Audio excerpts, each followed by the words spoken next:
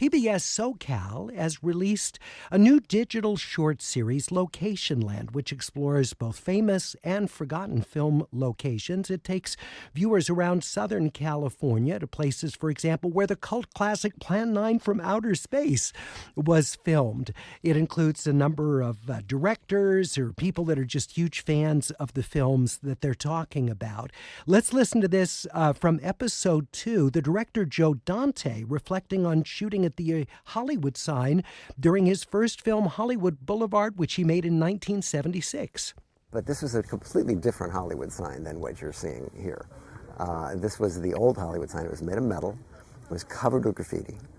And it was attached to the ground with stakes. And so it was a little rickety and had holes in it.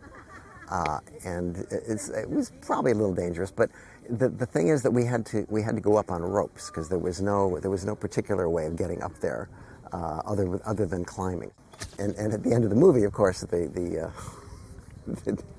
hate to spoil it, but the Hollywood sign, the Y, falls over and kills Mary Warnoff, the villain in the movie. Hollywood Boulevard, Joe Dante's 1976 film. I have fond memories of hiking up to the old rickety Hollywood sign that Dante described there. Joining me are the two creators of the short series for PBS SoCal, the host of Locationland, Harry Medved, and the producer-director, Harry Pallenberg, who worked on, must be more than 700 episodes of Huell Hauser's multiple programs. Harry, so good to have you with us. Thank you. Appreciate it very much.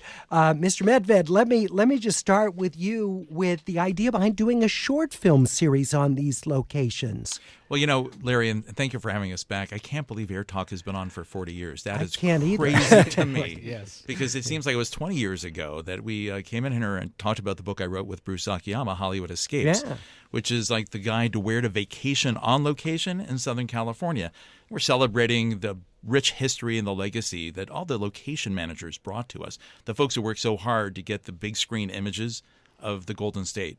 And so I had pushed that with Huell Hauser, and I found this guy, Harry Pallenberg, who was producing the show. And I said, why don't we do a whole segment on Leo Carrillo's State Beach? And I think Harry was open to that, right, Harry?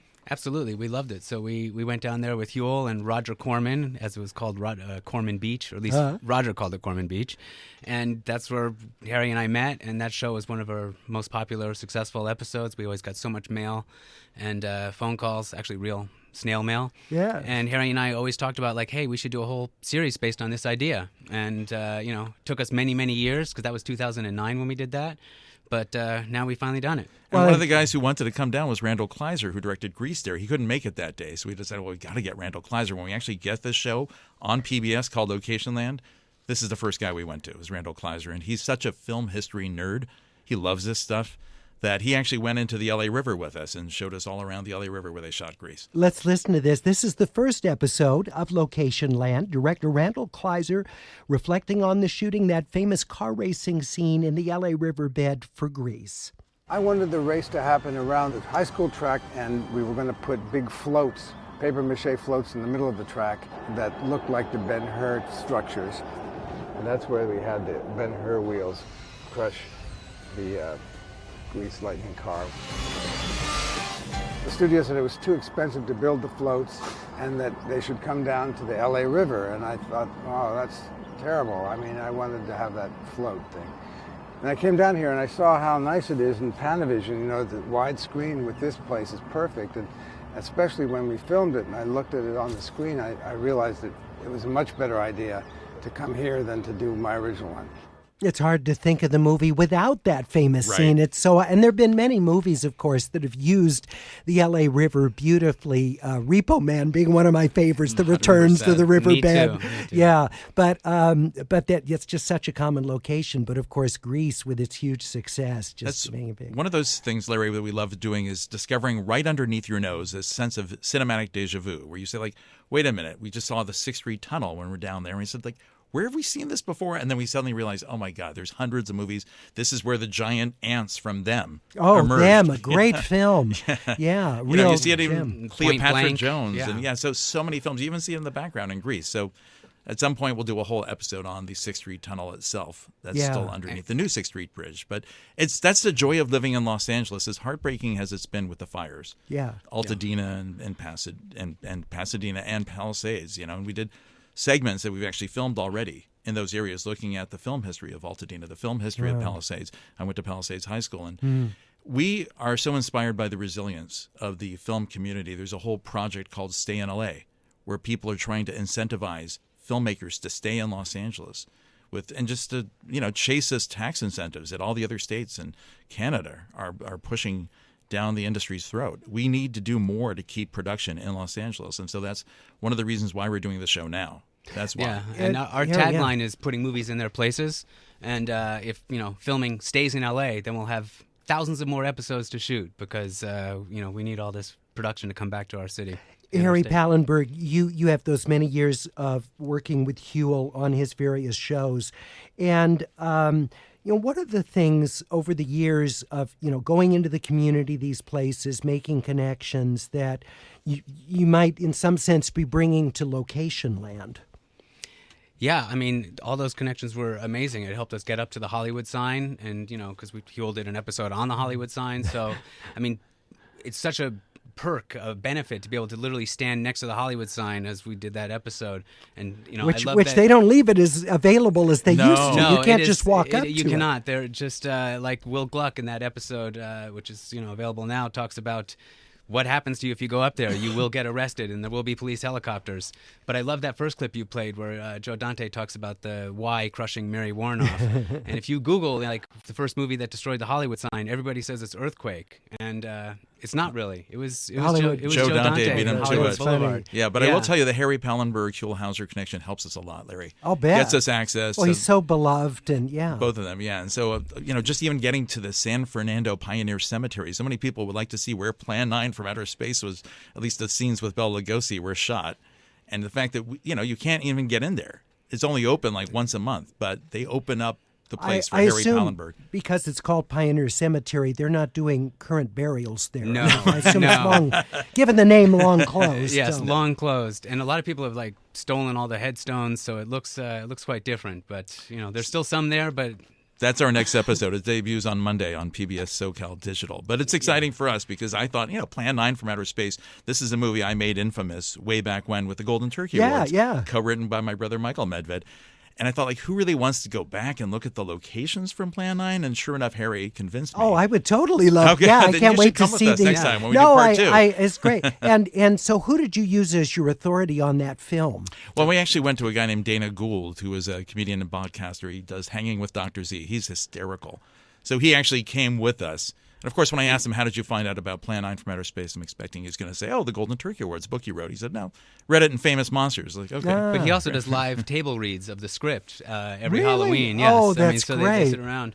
And he's he's one of these super fans that we interviewed. And we brought him back to Quality Studios where they shot most of the interiors for that movie. It is a surprisingly quotable film, actually. Indeed, I love it. But just actually going to the studio where Ed Wood shot Glenn or Glenda and Plan 9, there's a trap door there. And we're trying to figure out, there's a trap door in the studio. Could this be where Tor Johnson rises from the grave in the film? So you'll have to see our episode. He has trouble getting up out yeah, that's right. They have to help him out. Yeah. Where is that studio? It's right near, believe it or not, Hollywood Forever Cemetery. It's at Santa Monica Boulevard by near Western. Yeah, okay. It's amazing because Ed Wood, he never wasted time. He never wasted money. So Glenn or Glenda's apartment is right outside the studio. Just 3 or 4 different scenes from Glenn or Glenda and Plan 9 are shot just outside the studio. When Glenda's window shopping, it's right there in front of Quality Studios. So we put that all together in the episode. For those not familiar with Ed Wood, there was, of course, the film that was made starring Johnny Depp as Ed Wood. He was an ultra-low-budget filmmaker who did some of the most bizarre films, and ones that are sort of beloved despite their limitations. Correct. Yeah. And the Medved brothers, my brother and I, called him the worst director of all time, which a lot of people give us some flack for. I love Ed Wood's movies, and you'll see that in the episode. And I love that Tim Burton's film really didn't make fun of it so much No. as celebrated his eccentricity. Absolutely. And that's what we try to do on this show is we're celebrating the history of filmmaking, bringing filmmakers and actors back to the scenes where they actually shot these movies. And We're that's fun. talking with Harry Medved, who's film historian and author. He's the host of Locationland. Harry Pallenberg, documentary filmmaker and the producer and director of Locationland. It's a series of short episodes that are done by PBS SoCal. And are any of these airing on PBS, or are they all on YouTube? They might be in the future. We'll see. We We're- hope so, but for now they're Yeah. just on PBS SoCal, the YouTube channel. And we've got the first three are up, or actually the third one debuts this Monday, and plenty more to come. About Yes. how long are the episodes on average? About 12 minutes, 10, 12 Oh, minutes. okay. Yeah. So they're They're short they're and to the point. Yes, indeed. And we We're have many always- more in the can, and we're hoping to get those out sometime soon. So let's talk about some of the other locations. Where are some of the other places you're going? Well, we went down to Venice Beach, and part of that is because we interviewed the first black location manager in the union, Kokai Ampa, who worked on White Men Can't Jump there. And he actually shot $1 Million Baby for Clint Eastwood just down the corner. And his whole story is absolutely amazing. So just looking at Venice Beach in the movies, from Touch of Evil to Barbie, it's a great history there. We've also done one on the Palisades, and we're looking at plenty of places like Yeah, City we did the Hall. Music Box Steps, Yeah. which is a famous local Of place. course, Laurel and Hardy, I yeah. will, yeah. And I will say, when we went to walk around Pally High, since Harry went there, it was The Palisades. it was impressive to see how emotional he was just Yeah. to walk around the So campus. you 'Cause did we had this heard- after the fire? Yes, did this we after had the heard that fire. it had been all burned down, and we got there, and 80% of the campus was intact, which was Yeah. very nice to see. And that's where I first fell in love with movie locations, because I'm old enough to tell you that when I was going to school there, they shot Carrie with Sissy Spacek. Oh, yeah. Scenes from it there. They shot Coming Home there, and Hal Ashby was there, and everybody wanted to talk to John Voight. I was not into John Voight. I was into Hal Ashby. So for the fact that I was able to hang with Haskell Wexler and Hal Ashby was very cool to Wow. me. But There's no shortage of episodes, as you well know. And Yeah. I'm curious, was there any favorite film location you had when you were growing up in Southern California where you saw people filming there? Yeah, it's so hard. There are just so many places. Later on, when I discovered the silent films, I loved like the old train station, for example. Pasadena. Yeah, and in downtown Los Angeles, so Sure. many of the silent films, because obviously train travel was dominant at that time. So, the train stations were where a lot of the meetings between people went. L.A. City Hall, of course. Oh, yeah. We've got one waiting on that. Oh, do Yeah. you? Oh, we have Yeah. so many film clips of City Hall. You know, our guru on this is a guy named Mark Wanamaker, who's Oh, yeah, so good. with at- Mark's been on the Yeah, program. Of course. Yeah. So I co-wrote a book called Location Filming in Los Angeles with Mark and Carrie Bible, and we're talking about doing another one called Location Filming in the Santa Monica Mountains, because of, sadly, a lot of it's been scorched, but there's so much film history there. MASH, and I mean, Yeah, the list yeah. goes on and So on. Mike Paramount Malone Ranch is a all burned ranger down. who has worked up there, and Brian Rooney, and we're working together on What that. were you saying, Henry I Pallenberg? did, sorry, just that Paramount Ranch is also burned down in yeah. an earlier fire, but that I was. remember, yeah. But there will be an episode on Malibu Creek State Park, no question about Yeah. it. What a Very great good. ranch. We're talking with Harry Pallenberg and Harry Medved, the men responsible for the PBS SoCal Locationland series of shorts. You can see it at PBS SoCal's YouTube site, where all of the locations are there. 3 of them are out so far. Is That's that right. right? 2 are out and 1 comes out Monday. Oh, Monday. Okay, so number 3, and that's the Ed Wood one, the Ed Plan Woods, 9 from yeah. Outer Space, that comes out on Monday. And what's your funding for how many episodes in the first season? Is it open ended? No, we're capped at 3 so far. you are but we're- capped at but 3, we're- okay. We're hoping that we get picked up and we get to do more shows. Because, like I said, we've got a bunch in the can and we've got a million ideas. And we're talking to partners all the time. Yeah, well, and it's important that you get people who made some of these films before we lose them. Yes. 100%. We miss David Lynch. Yeah. That's Yeah. just horrible. Yeah, what were you looking at doing for location with David? Oh, like Mulholland Drive and Oh, just yeah. going around Griffith Park. I mean, there's so much. Yeah. Most of that was actually not shot on Mulholland Drive. Is the course. old zoo in any films? Oh, I love sure. the Yeah. old zoo. Oh, come on. Was Crazy that- Mama with Cloris Leachman. And, Oh, wow. there's yeah. a lot I'm of old Roger enough. Corman. I actually, as a kid, went to the old zoo. Excellent. Really? I was very little, but yes, I remember those cages as They're so small. As Yeah. inhumane as they look. As a kid, I didn't know the difference, but I remember when it was the new zoo that opened. Right. Wow. What, in the mid '60s or whatever? But yeah, I predate that and remember when that was open to the public. Well, you have to see Dracula's Dog, because that is the best movie of the old zoo. Or some of the Buffy the Vampire Slayer episodes, too. Oh, yeah. All right. Hey, thank you both for coming in. So, again, where do people go? They just go onto YouTube? Yeah, PBS SoCal's YouTube channel. All right. Harry Pallenberg, thank you so much. Thank you also for all the years of extraordinary work that you've done with all your documentaries, the feature-length films as well, and the work that you've done for television. You've captured so much important history in your career, and I'm a huge fan of yours. I appreciate it very much. Well, thank you. Fan of you. Thank you. That's Harry Pallenberg and Harry Medved, film historian. He's the host of Locationland on the PBS SoCal YouTube channel. It's AirTalk on LAist 89.3. We continue with our TV talk. Our critics will be with us in just 90 seconds.